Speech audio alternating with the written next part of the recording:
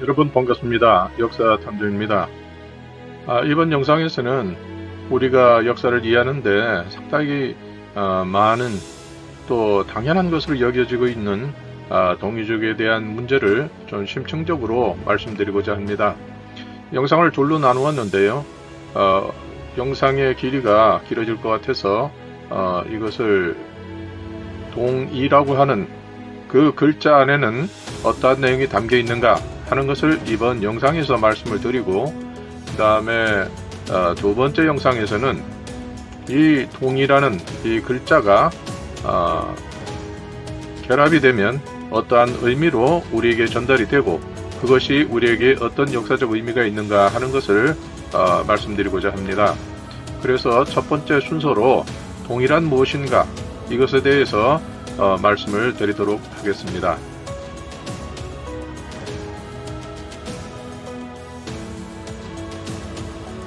이건 우리가 아는 것처럼 동쪽에 있는 사람들, 동쪽에 거주하고 있는 사람들, 이 말 속에는 벌써 주나라라든지 이 하화족이 중심이다 하는 이러한 내용이 여기에 담겨 있다고 볼 수 있습니다. 자기를 중심으로 이렇게 설명하는 것이니까요. 그리고 같은 글자를 두고도 근문 속에 나타난 글자를 두고도 이것을 다르게 해석하는 일들이 빈번합니다.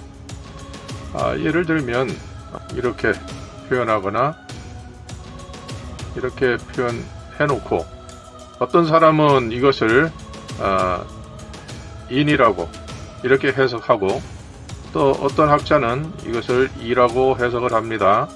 똑같은 글자를 놓고 내용이 달라지는 것이죠. 그렇기 때문에 일정한 발음이 정해지지 않았고, 또 글자도 나중에 가서는 이렇게 서로 섞여서 사용하게 되는데, 그렇기 때문에 어떻게 보면 이건 아무런 어떤 그 원칙이 없는 것 같습니다. 문헌상에서는 어떻게 설명하는가부터 살펴보겠습니다. 자, 서주시기 근문에는 동이, 남이 이렇게 되어 있습니다. 자, 우리는 보통 이라고 하면 동이를 가리키고, 그래서 동이, 서융, 남만, 북적 이렇게 네 종류로 이렇게 구분을 해왔습니다. 그런데 근문에 보면 이런 분류와는 전혀 다른 표현들이 나타납니다. 그래서 같은 그 글자를 써놓고 이라고는 읽고 있는데, 동이가 있는 반면에 남쪽을 향해서는 만이라고, 남만 이렇게 해야 되는데 남이 이렇게 표현을 하고 있습니다. 그렇다면 이것만 가지고도 우리는 기존에 상식으로 알고 있는 사이, 중국을 중심으로 한 이 동서남북에 거주하고 있는 이러한 민족에 대한 명칭이 우리가 알고 있는 것이 반드시 공식적으로 적용되는 것이 아니다 하는 것을 우리 다시 한번 생각하게 됩니다. 자, 그 다음에 예기편에 있는 내용을 보면 동방, 동쪽을 이라고 하고, 남쪽을 만이라고 하고, 서쪽을 융이라고 하고, 북쪽을 적이라고 한다. 이것이 현재 우리가 가지고 있는 기본적인 어떤 방위 인식이고, 어떤 민족에 대한 그런 인식이라고 볼 수가 있습니다. 그런데 전국시대에 보면 소공 16년에, 그러니까 기원전 526년인데요. 제후가 서나라를 정벌했다. 또 초자가 융만의 아들을 유인을 해가지고 죽였다. 이렇게 되어 있습니다. 그러면 융이라는 것은 서융이죠. 만이라고 하는 것은 남쪽에 있는 나라를 말합니다. 그런데 여기서 보면 서융과 남만이 이렇게 합해져 있는 것이죠. 그렇기 때문에 우리가 알고 있는 이 사이의 구분은 공식과 같은 것은 아니다 하는 것을 우리가 알 수가 있습니다. 자, 그 다음에 이루장구 하에 보면 순생어 제풍, 순은 제풍에서 나서 부하에서 이렇게 부하로 옮겼으며 명조에서 이렇게 돌아가셨다. 그렇기 때문에 명조에서 돌아가셨다. 그렇기 때문에 동이지인이다. 이렇게 되어 있습니다. 그러니까 동이의 사람이다. 이렇게 되어 있어요. 자, 그러면 이와 이는 같은 내용이죠. 사람이란 뜻이죠. 그런데 여기 중복되게 해놨습니다. 그 다음에 문왕은 기주에서 태어나서 그러기 때문에 서희의 사람이다. 서쪽에 거주하는 사람이다. 이런 뜻으로 해서 역시 이와 인을 이렇게 동일하게 표현을 해 두었습니다. 그럼 왜 이렇게 어떤 사람, 또 그 다음에 그 지역의 나라 사람들을 말을 할 때에 이렇게 구분을 했음에도 불구하고 왜 여기에서는 다른 기록들이 이렇게 다수가 드러나는가? 이것에 대해서 우리가 의문을 갖지 않을 수 없습니다. 자, 여기 근문에 나와 있는 이 내용 중에서 여기서 보면, 자, 왕이 남이를 정벌했다. 이렇게 되어 있습니다. 여기에서도 남만 이렇게 해야 될 것인데, 남이를 정벌했다. 이렇게 해서 우리가 알고 있는 그러한 내용과는 다른 표현이 이렇게 고대 근문에 이렇게 나타나는 것을 볼 수가 있습니다. 이 근문에서 이렇게 찾아낸 것인데요. 여기 나무, 목 이렇게 되어 있습니다. 그리고 부, 사. 오늘날 이것을 우리는 기로 읽습니다. 그러나 본래의 이 발음은 사였습니다. 자, 이것은 많이 낯이 익죠. 그래서 뭔가 하면 이 나무목이라는 이 자체가 바로 고향 임금님을 나타내는 상징인데 아마도 고향 임금님이 제위에 오르기 전에 이 나무와 관련된 그러한 어떤 직책을 받았을 것이다. 이렇게 추정을 하고 있습니다. 나무와 관련된 직책이라 하는 것은 건물을 짓거나 그 다음에 무슨 무기를 만들거나 이런 데 사용되는 것, 그 다음에 배를 만들거나 이렇게 하려고 그러면 나무가 필요하죠. 그래서 그런 나무를 확보하고 그것을 공급하는 그러한 역할을 맡지 않았겠느냐 이렇게 추정해 볼 수가 있습니다. 그래서 고향 임금님이 되기 전에 이렇게 아버지 사씨, 그러니까 여기서는 기라고 읽죠. 아버지 사씨가 바로 그러한 임무를 부여하는, 그래서 이건 직책을 나타내는 것으로 이렇게 볼 수가 있습니다. 그래서 이 나무 목이 여기에 이렇게 들어가게 되어 있는 것입니다. 그리고 요거는 날일자 이렇게 겹쳐져 가지고 되어 있고, 그 다음에 여기에 이 동쪽이라고 하는 이것을 짊어진 사람이 이렇게 있죠. 그래서 이것을 사람을 나타낼 때 이라고 할 때에 바로 여기가 동이고 이것은 이가 될 수 있는 것입니다. 그렇기 때문에 동이라고 하는 것은 바로 동방을 맡은 사람, 동방을 짊어진 사람, 동방에 대한 어떤 책임을 갖고 있는 리더, 이런 뜻이 될 것입니다. 자, 그럼 여기서 부사라고 하는 것은 고향 임금님 이전에 한 세대 위의 인물이 될 것인데, 그러면 이때의 부사는 누구를 나타내는 것이겠느냐?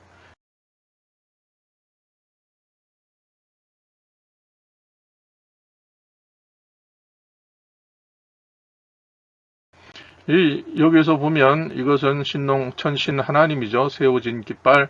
그 다음에 이것은 모계, 뉘조, 양잠신이 됩니다.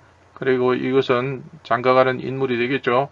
그래서 여기서 나타낸 것을 보면 장가가는 집안, 거기에 제일 어른이 되는 분이 바로 이 제4 해가지고 바로 왕이 되는, 이게 임금 제자에 처음 시작되는 글자입니다. 그렇기 때문에 이분이 누구냐? 이분은 바로 소호금천씨라는 분입니다.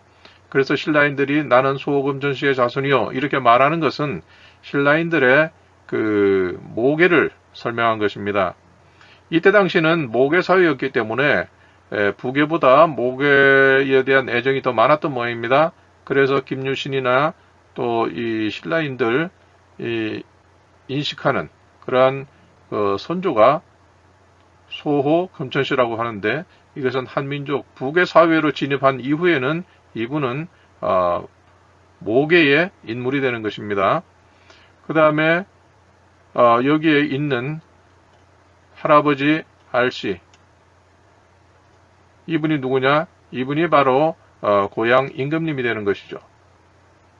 그 다음에 여기에 부, 계 이렇게 표현된 것은 바로 고향 임금님의 아드님.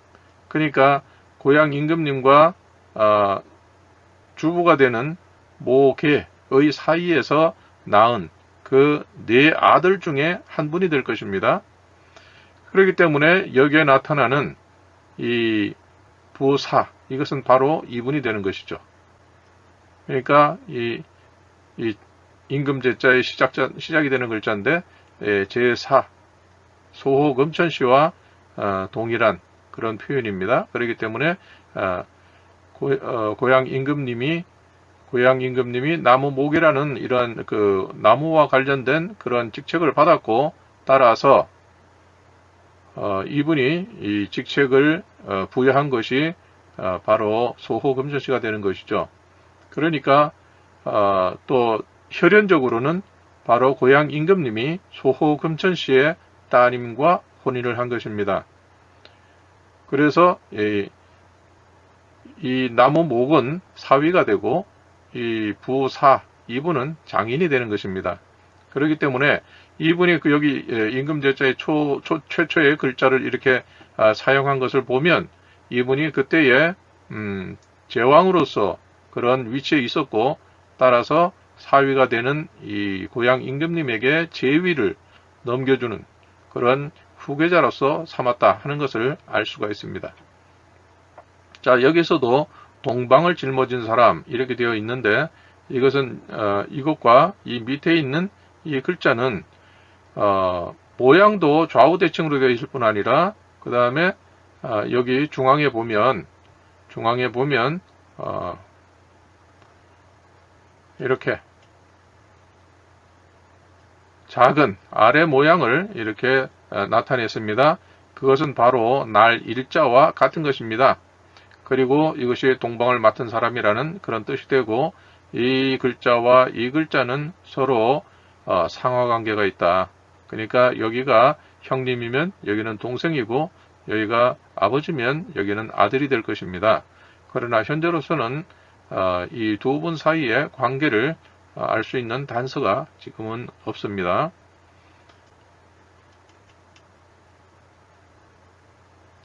그래서 결론적으로 바로 동이라고 하는 것은 다음과 같이 볼 수가 있습니다.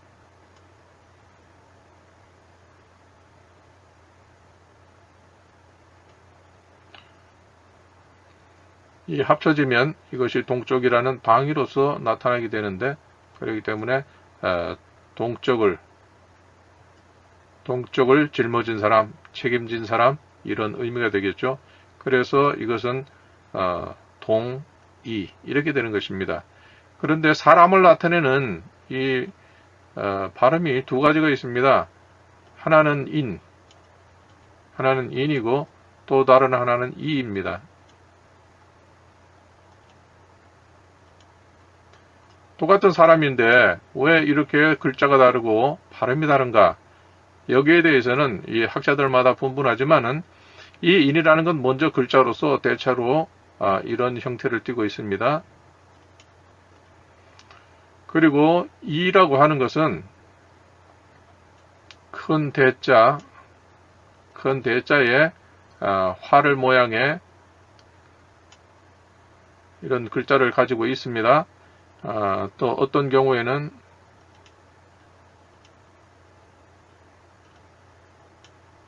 이렇게 해서 활 모양을 이 안에 넣어놨습니다. 그래서 이 두 글자는 같은 것인데, 그렇기 때문에 여기에서 보면 인이라는 것은 말 그대로 사람을 형상으로 이렇게 간략하게 표현한 것입니다. 간략하게 표현한 것이고, 이라고 하는 것은 이러한 사람 중에서 또 보다 많은 의미를 담은 글자입니다. 그렇기 때문에 여기서 보면 이자는 대궁 이렇게 됩니다. 큰 화살. 자, 그러면 왜 화살인데 큰 화살이라고 이렇게 표현을 했겠느냐? 그거는 후손들은 작은 화살이 될 것입니다. 이 궁이라는 것도 역시 성씨, 로서 이렇게 후대에 전해지게 되는 것이죠. 그렇기 때문에 이것도 역시 이 대라고 하는 것이 붙어 있는 이 인물이 시작이 돼서 후손들에게 이 활이라는 것이 전해진다. 이것이 층으로 전해지게 된다 하는 것을 알 수가 있습니다. 그래서 옥편이라든지 중문대사전 이런 것을 살펴보게 되면 궁이라는 것도 역시 그들 입장에서는 성으로 이렇게 설명을 하게 되고 그러한 사례가 거기에 기록이 되어 있습니다. 그렇기 때문에 광말약이 주장한 것처럼 고대의 글자라고 하는 것은 사람을 나타내기 위한 것 외에는 다른 목적이 없다. 그런 뜻이 있습니다. 지명조차도 그 사람과 관련된 그러한 표현으로서 지명을 만듭니다. 그래서 가장 중요한 것은 고대의 글자는 먼저 이것이 누구를 나타내는 글자인가 하는 것을 먼저 살펴봐야 하는 것입니다. 다른 뜻으로 해석한다고 하는 것은 이미 핀트가 안 맞는 것입니다. 그래서 이라고 하는 것이 무엇인가는 이 뒤에 나중에 이에 대해서 설명할 기회가 있어서 여기서는 생략하도록 하겠습니다. 그렇기 때문에 일단 동이라고 하는 것은 바로 동쪽 이를 나타내기도 하지만 고향 임금님의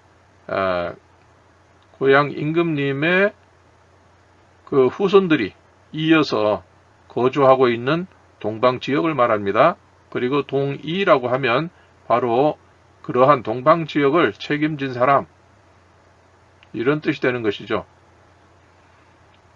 그래서 이 고향 임금님의 자손들이 다스린 나라들이 점차로 이렇게 연나라 일대, 그러니까 바레만 일대에 이렇게 자리 잡게 된 것이 돼서 세력을 넓힌 것이 바로 고구려다 하는 것을 알 수가 있고, 문헌상으로도 그렇게 동이라고 하는 그러한 사람들이 그렇게 모여 있었다 하는 것을 알 수가 있죠.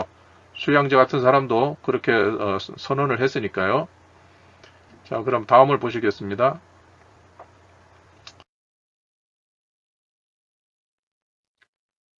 자, 그 다음에 앞에서 말씀드린 것처럼 이에 대해서 한번 살펴보겠습니다. 예, 갑골문인데요. 여기 뭐라고 표현되어 있는지 잘 알 수가 없네요. 용 2, 그 다음에 15,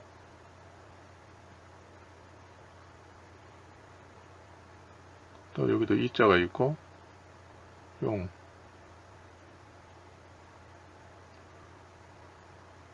기, 용, 병, 신, 이렇게 되어 있네요. 이렇게 해가지고 이걸 2라고 읽습니다. 그런데 그 문학자들 간에도 이게 읽는 것이 다 틀립니다. 어떤 사람은 이것을 2로 읽고, 어떤 사람은 인으로 읽고, 어떤 사람은 시로 읽기도 합니다. 이거는 좀 드문 경우죠. 이게 시로 읽기도 합니다. 그런데 대체로 이 이나 인으로 읽는 것이 가장 많은 경우죠. 그리고 한 문장 안에서도 어떤 것은 이로 읽고 어떤 것은 인으로 읽고 각각 달리 읽을 경우도 있습니다.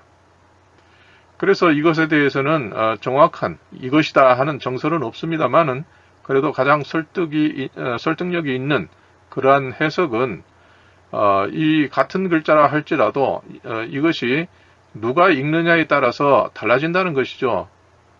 즉 우리가 서울에서는 쌀이라고 읽는다 할지라도 경상도 가면 쌀이라는 발음이 안 나오고 살이라고 말을 합니다. 그리고 또 같은 그 부추를 얘기를 하더라도 이 경상도에서는 정구지가 되고 전라도에서는 솔이 됩니다. 그렇기 때문에 누가 읽었느냐에 따라서 각각 다른 발음으로 이렇게 이해를 할 것이고, 또 이런 같은 글자임에도 불구하고 누구는 이라고 읽고 누구는 인이라고 읽는 이러한 내용을 보게 되면 그 학자들마다 같은 문장을 놓고 해석을 했을 때에 이거는 누가 읽었을 것이다 해서 그 읽었다고 추정하는 그 족속의 발음으로 이렇게 읽게 되는 것이 아니냐, 이렇게 볼 수가 있습니다. 그렇기 때문에 같은 글자를 놓고 두 가지 발음이 있는 것은 서로 그 읽는 기준으로 하는 족속이 다르기 때문에 그렇게 표현한 것으로 이렇게 설명하는 것이 좀 합리적이 아닐까 이런 생각이 듭니다. 그래서 이것을 정리하게 되면 제가 이 영상을 올리기 위해서 이렇게 많은 자료들을 한번 찾아봤는데 공통 좀 반드시는 아니지만 그래도 대략적으로 이렇게 이해하면 확률이 높겠다 하는 그것이 바로 이렇게 해놓고 보면 그냥 이렇게 가능한 이렇게 단순하게 이렇게 그렸을 때는 이것은 인으로 겪는 이렇게 읽는 경우가 많았고 또 이렇게 했으면서 한번 다시 이렇게 굴곡지게 이렇게 하게 되면 이건 이로 읽는 경우가 많았습니다. 그렇기 때문에 이 글자가 단순하고 좀 직선에 가깝게 이렇게 그렸다 하면 뭐 인으로 읽는 확률이 높고 또 이렇게 한 번 더 이렇게 곡선으로 꺾는다거나 이렇게 활의 모양으로 하게 되면 이건 이로 읽는 경우가 많았다. 반드시는 아닙니다. 그러니까 사람을 나타내는 것은 공통적으로 인식을 하지만 발음에 있어서는 이거를 학자마다 자기의 어떤 주관에 따라서 달라질 수 있다. 이렇게 볼 수가 있겠습니다. 그렇기 때문에 우리가 동이 이렇게 표현을 하지만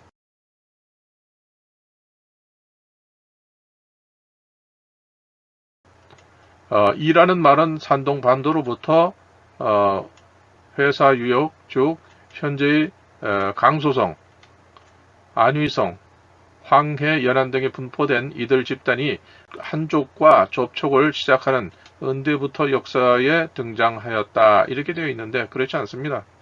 그 이전부터 역사에 나타났습니다. 고향 임금님 때부터 나타난 것으로 이렇게 글자가 표현되어 있기 때문에 이것은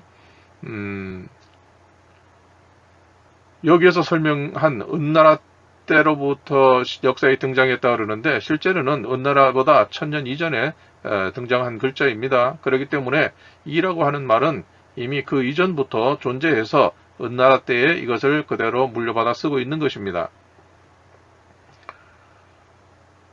그리고 여기에 보면 한족과 접촉을 시작했다 하는데 이 한족이라는 것도 실제로는 존재하는 민족이 아닙니다. 한족은 없습니다. 한족이라는 게 정치적으로 인위적으로 이렇게 조성된 글자인데 조성된 그런 민족 개념인데 정치적 민족이죠. 이것은 한나라 유방의 한나라가 세워지면서 그때로부터 이 한족이라는 개념이 형성되기 시작한 것이지 한족은 혈통적인 개념이 아닙니다.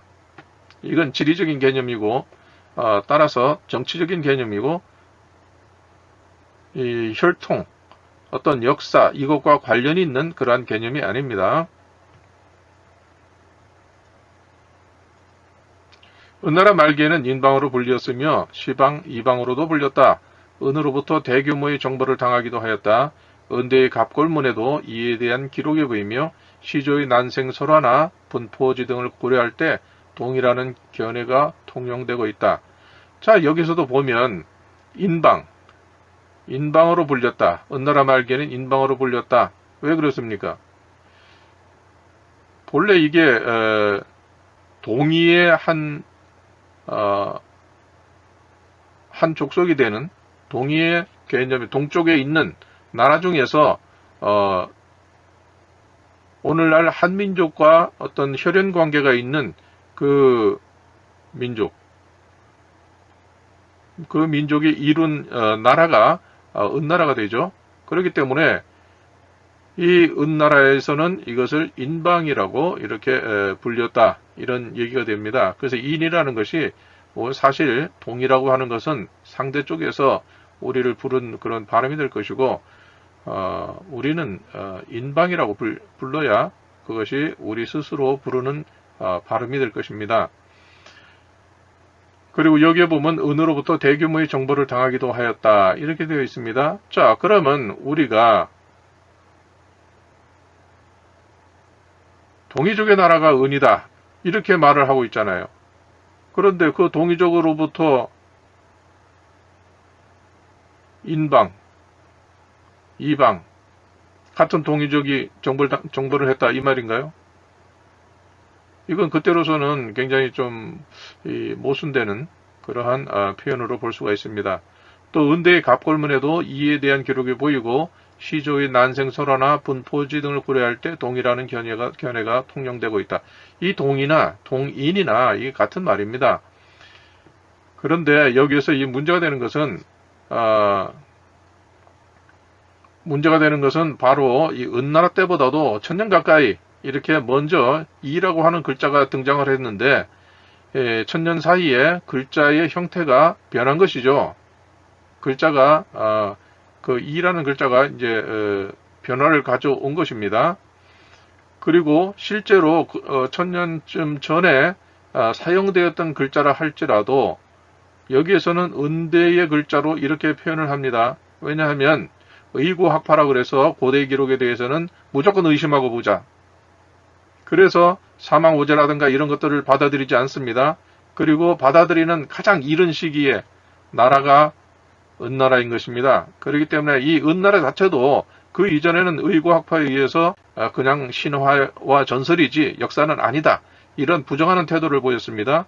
그러나 대대적인 고고학적 발굴 성과에 따라서 이 은나라를 부정할 수가 없게 되니까 이제는 그 상한선이 은나라로 올라간 것입니다. 만약에 은나라의 그 유적이라든지 이런 것들이 발견되지 않았다고 하면 아마 이것도 은나라 때 이러한 기록이 있었다 하는 거 인정하지 않을 것입니다. 소설이다 이렇게 얘기를 하겠죠. 그래서 오늘날 역사를 복원함에 있어서 이 고고학의 역할이 굉장히 비중이 높아지는 것입니다. 또 우리도 역시 마찬가지로 우리 민족의 그 역사 그것을 복원하는 것이 고고학에 달려있다 할 정도로 비중이 상당히 높은 것이죠. 그런데 실제의 글자의 역사는 이것이 그 글자의 내용이나 이런 것을 연구를 해보면 우리의 고조선이라는 것도 삼국유사에 나온 그 시대보다 이른 시기다 이렇게 볼 수가 있습니다. 그 부분에 대해서는 언젠가 상세하게 말씀드릴 그런 기회가 있을 것입니다. 그래서 여기에 은대의 갑골문에도 이에 대한 기록이 보인다. 그리고 앞에서는 이렇게 은방, 이방으로도 불렸다 했는데 은나라 말기라고 하는데 거꾸로 이것은 은나라 말기가 아니라 훨씬 1000년 가까운 그 이전의 글자 그것으로 볼 수가 있습니다. 은나라 때의 그런 기물을 갖고 있다고 해서 그것이 은나라 시대에 만든 것이다. 이런 태도를 갖고 있으면 안 되는 것이죠. 왜냐하면 허다한 금문 기록에 보면 이런 내력으로 이렇게 보배로운 이런 청동 기물을 만들어서 드리니까 자자손손 잘 이것을 소중하게 이렇게 간직해서 이렇게 사용해 주십시오. 또 보호해 주십시오. 이런 기록들이 있어요. 그렇기 때문에 이것은 그 이전에 은나라 이전에 훨씬 그 이전 어느 시기에 만들어서 이것이 대대로 전해오는 전세품. 그러니까 세대를 거쳐서 계속 전해오는 그러한 가보와 같은 또 혹은 국보와 같은 그러한 자랑스러운 기록을 이렇게 갖고 있었다. 보존해 왔다.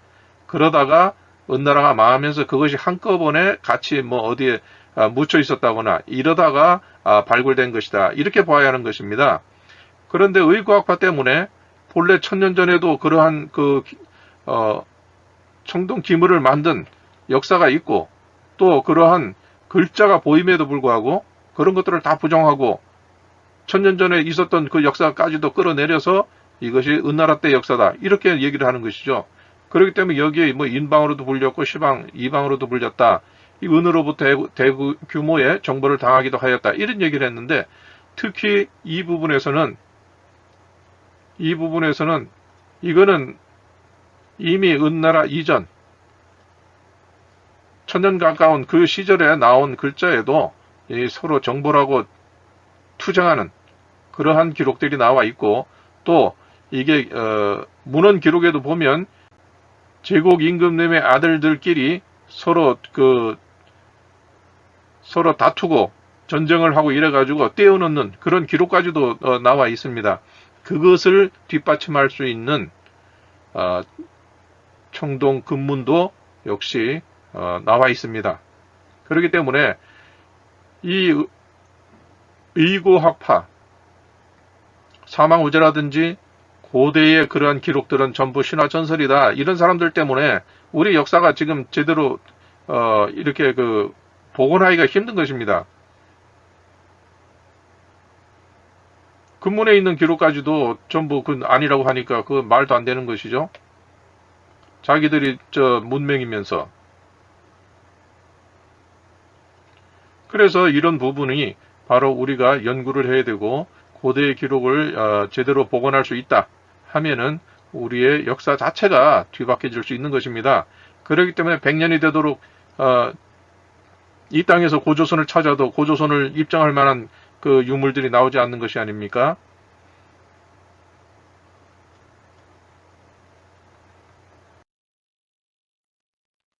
자, 그럼 이에 대해서 한번 살펴보시겠습니다. 자, 설문에서는 다음과 같이 설명합니다. 동방지인냐, 동쪽에 사는 사람이다. 그리고 이라고 하는 것은 종대종궁. 이래서 이제 설문에서 이 종이라고 하는 것은 글자를 이렇게 이런 글자를 따온 것이다. 이런 뜻이죠. 그래서 큰 대자와 활궁, 활을 이렇게 표현한 것이다. 이지절 해가지고 이지 반절법으로 읽으면 바로 이라고 읽는다. 그리고 그 발음은 17부 중에 15부에 해당이 된다. 이런 뜻입니다. 그래서 그 사례를 보면 좌전에 보면 은원년 긴 벌 이 해가지고 기나라 사람이 이를 정벌했다. 그 나라는 성량장무현에 있다. 이렇게 되어 있는데 여기서 보면 우리가 전통적인 그런 관념으로 보면 기나라 사람이 이를 정벌했다 하는 것은 이라는 것은 동일하고 이렇게 인식을 해야 되겠죠.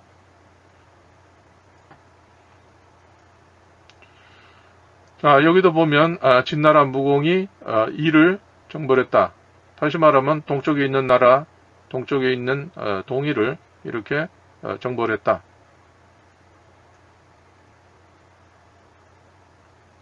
그리고 이가 성이다.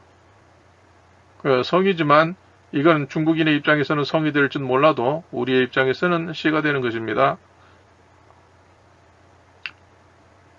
주나라 제대부 이중연지후 이렇게 되어 있네요. 그러니까 주나라 제후국이겠죠. 대부 이중년의 후예다. 그러니까 이라는 것이 성으로 쓰였다. 이런 얘기죠.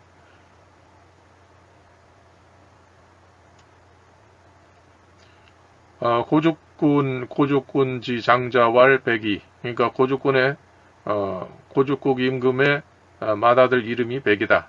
이렇게 되어 있네요.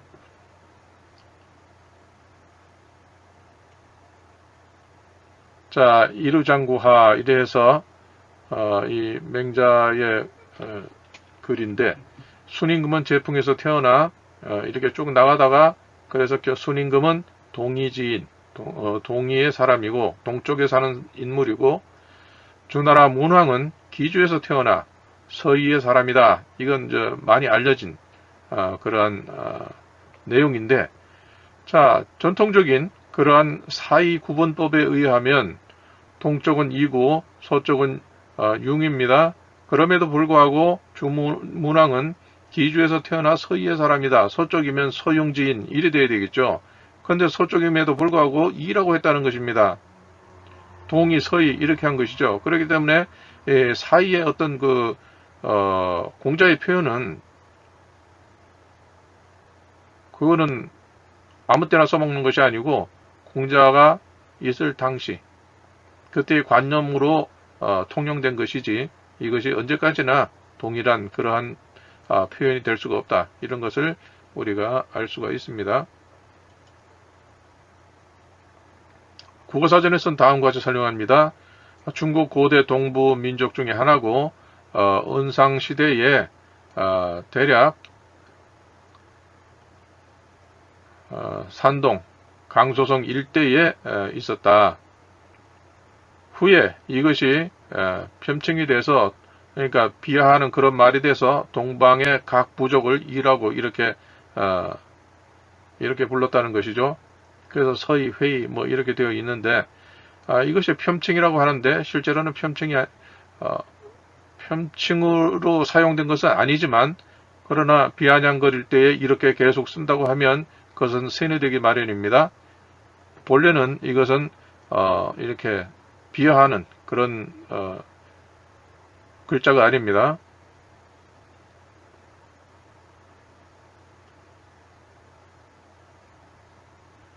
자, 여기 보면 후한서에 동의전 이래가지고 이 동의에는 9종류가 있다.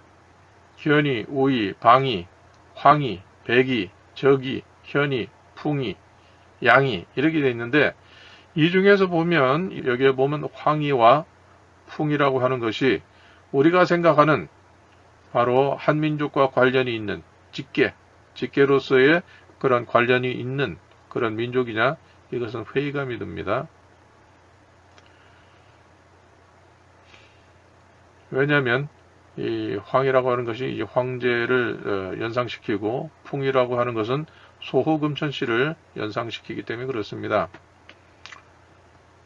그래서 여기에 보면 동이라고 하는 것은 단순하게 동쪽 지역에 거주하는 여러 민족, 이것을 얘기하는 것이기 때문에 이 동이 이렇게 한다 할지라도 한민족은 동이의 한 민족이지 동이 전체를 의미하는 것이 아니다. 그래서 우리는 동이지만 더더구나 거기에서 동이족은 아닌 것이죠. 동이족이라는 말은 있을 수가 없는 것이죠.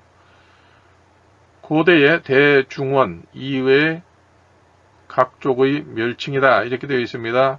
그러니까 중원 땅을 차지한 그 주나라와 그 제후 국가, 제후의 나라 그 이외에 사는 이러한 주변의 여러 민족들을 갖다가 멸시를 하는 그러한 칭으로서 이렇게 사용을 했다.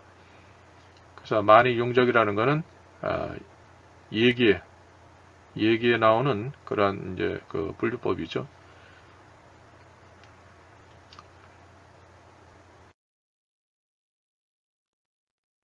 자, 여기서 이 자를 한번 보시겠습니다. 그래서 여기에 보면 호신, 서문이, 또 무슨 이, 진이, 경이, 변신이 이렇게 해서 각각의 이 족속을 이렇게 표현을 했습니다. 그런데 여기서 보면 우리가 하나를 발견할 수가 있는데, 제관읍인 할 때 인자는 바로 이렇게 썼습니다. 그런데 나머지 이 글자들은 보면 이렇게 해서 한 번 더 구부렸죠. 그래서 이렇게 화살의 모양처럼 이렇게 표현을 했기 때문에 아마도 그래서 이거를 이라고 이렇게 읽는가, 그런 추정을 하게 됩니다. 이건 인이고, 그러니까 한 문장 안에 인과 이가 구별이 돼서 이렇게 표현을 하고 있다 하는 것을 우리가 발견할 수가 있습니다. 그러니까 이때쯤 되면 이것은, 그러니까 이게 주나라 때의 근문이 될 것인데, 여기서 보면 이 주나라 때 이미 인과 이가 구별이 돼서 표현되었다 하는 것을 알 수가 있습니다. 그러나 그 이전에 상나라 이전, 한 1000년 가까운 그 이전에는 똑같은 이 글자를 두고도 이것을 인으로 읽기도 하고 이로도 읽었다 하는 것을 말씀드릴 수가 있습니다.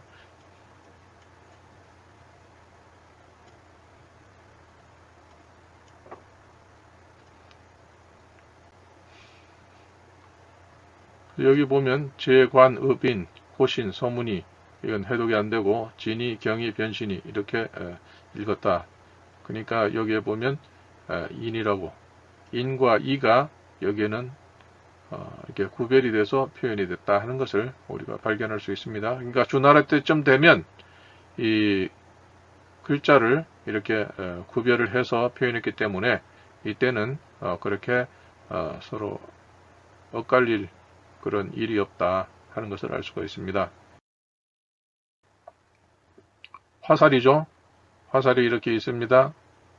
그 다음에 이거는 고, 양, 부, 정, 부정이라고 있는데 이것은 우리의 발음이 아닙니다. 우리의 발음은 구슬주자가 제일 맞을 것 같습니다. 고자가 이렇게 되어 있습니다. 본래 우리가 알고 있는 것은 이렇게 하나 더 있어가지고 이제 이런 식으로 글자를 쓰는데요. 자, 이것은 소위 말해서 족칭이 되는 것이죠. 족칭. 다시 말하면 우리가 박석김, 최, 뭐 이런 식으로 상징되는 그런 것이고 이 밑에는 바로 고향 임금님을 나타내는 시칭이 되는 것입니다. 그러니까 이 글자는 어떻게 되느냐? 시조 하나님, 그 다음에 뉘조, 그 다음에 이렇게 되죠. 이건 아드님, 희화씨. 이 세 개가 합쳐지면 삼각형을 이룹니다. 그래서 설문해자에서는 셋을 합쳤다 이렇게 표현을 합니다. 그래서 이것은 삼신을 나타내는 것이고 이것은 발음이 집이 됩니다. 우리가 말하듯이 사람 사는 집. 그래서 이 집이라고 하는 것은 그냥 사람이 거주하는 것이 아니라 자신의 정체성을 인식하고 있는 사람이 살고 있는 것이 집인 것입니다. 아무리 삐까뻔쩍해도 자기의 본관이나 족보에 대해서 모른다 이래 하면은 아무리 수십억짜리 집에 살아도 그것은 집이 아니죠. 그래서 이 집이 바로 희화씨까지 포함된 이런 개념이 되는 것이고 이 삼신을 여기에서 이 삼신을 모신 집이 있는데 그 중에 이 하나님 천신을 받드는 그러한 사람이 바로 희화씨가 될 것이고 왜냐하면 희화씨가 살아계시면서 천신 하나님을 모시고 남방 개척을 하러 떠나셨기 때문에 아마 이 운명하시는 것까지도 이렇게 함께 했을 것이다. 이렇게 짐작해 볼 수가 있습니다. 그리고 이후에 그 아버님이 되는 천신 하나님의 제사를 이렇게 드렸을 것이다 하는 것을 알 수가 있습니다. 그래서 이 삼신을 받드는 사람 이렇게 되고 그리고 이 희화씨의 아드님이 되는 고향 임금님 바로 이분이기 때문에 하나 더 이렇게 그어서 고가 되는 것이죠. 그리고 이것은 족칭이기 때문에 이렇게 하나 또 삼신 하나님께 제사를 드리는 두 번째 인물이 고향 임금님입니다. 그렇기 때문에 이 두 분을 합쳐서 이렇게 고가 되었다 하는 것을 우리가 추정해 볼 수가 있습니다. 그런데 이것은 앞에 있는 이 삼신을 나타내는 것이기 때문에 이 자체는 있으면 보다 정확한 것이고 없어도 삼신께 제사를 올리는 두 번째 사람 시조 하나님께 제사를 올리는 첫 번째 사람은 아드님 두 번째 사람은 그 또 아드님 해서 고향 임금님이 되죠.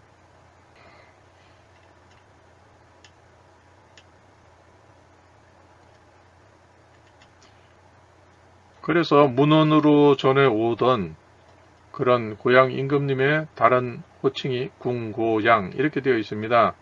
그래서 이 궁이라는 건 화살이고 궁, 고, 양 이렇게 되어 있습니다. 그러니까 이것이 매우 정확한 그러한 기록이다 하는 것을 우리가 인정할 수 있게 되는 것이죠. 근문과 또 이 기록이 일치를 하니까요. 그래서 이것을 찾아봤습니다. 뜻을 찾아봤습니다. 대라는 글자를 찾아보면 우리가 크다, 큰 대자로만 알고 있죠. 그런데 여기에 보면 크다, 심하다, 높다, 존귀하다, 하늘 이 외에도 다른 뜻들이 있습니다. 그런데 이 근문 해석에서 관련되는 글자들을 보게 되면 여기에 하늘이라든지 존귀하다, 높다 이런 뜻이 되는 것입니다. 그렇기 때문에 궁으로서는 이분이 최초의 인물이기 때문에 높다, 최초의 인물로서 이렇게 받드는 것입니다. 그것은 마치도 우리 자손들이 알에서 태어났다고 알로서 표현하지만 최초의 알은 천신 하나님입니다. 이 알이라는 것은 바로 태양을 말하는 것이죠. 그렇기 때문에 이것은 바로 태양입니다. 태양이고 해입니다. 그리고 이 머리 부분을 뺀 나머지 몸체 이것은 큰 대자입니다. 그러니까 큰 해님 이분이 천신이라는 것이죠. 천이라는 것이 바로 큰 해님을 나타내는 것입니다. 그렇기 때문에 큰 활 이것은 바로 고향 임금님을 나타내는 것이죠. 크다고 하는 것은 시작이 되는 인물입니다. 가장 높이 존경받는 존귀하게 여기는 그러한 인물을 나타내는 것입니다. 그래서 설문에서는 하늘이 크고 땅이 크고 사람 역시 크다. 그래서 천지 이는 크다. 이렇게 얘기를 하고 대는 사람의 형태이며 고문에서는 이 대자다. 바로 이제 이 글자를 말합니다. 자, 이 보면 이게 상형이다. 그렇죠. 사람이 서 있는 모습이니까 정면으로 굳건히 서 있는 사람이고 본래는 큰 사람을 가리킨다. 크고 작다는 뜻의 대자로 의미가 확장되었다. 그러니까 최초의 화살이 여기 이렇게 표현되어 있고 이것이 우리에게 전해지고 있습니다. 그래서 이러한 인물로서 여기 보면 아버지, 부 이렇게 되어 있습니다. 그래서 지난번에도 이건 설명드렸는데 바로 고향 임금님이 바로 이 두 번째 인물이다. 3대째 족보를 기록한 칼에서 두 번째 인물이다 하는 것을 말씀드렸습니다. 그리고 이것과 관련이 있는 것이 바로 앞에서도 잠깐 말씀드렸는데 여기에 신동 하나님 그 다음에 여기서는 따로따로 설명을 했네요. 그러니까 이것은 삼신을 나타낸 것이죠. 그리고 제사 이것은 고향 임금님의 장인이 되는 분이죠. 소금천씨. 그 다음에 여기 할아버지 바로 이 분입니다. 그리고 부계 바로 다음 세대 여기에 이제 계시 네 분이 있는 중에 한 분이 여기 아버님이 되는 것이죠.